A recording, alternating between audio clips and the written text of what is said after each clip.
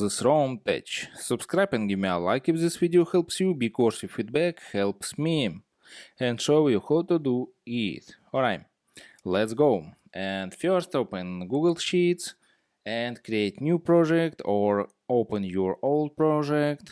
Alright, okay, and click on this maybe and write data, simple settings. Okay, and color background, maybe this. Okay, and click on this or this and this. Okay, click on this and click on data and scroll down and select data validation. Click on and click on right corner add rule. Alright, and select criteria, click on drop down and scroll down and search and select is valid data.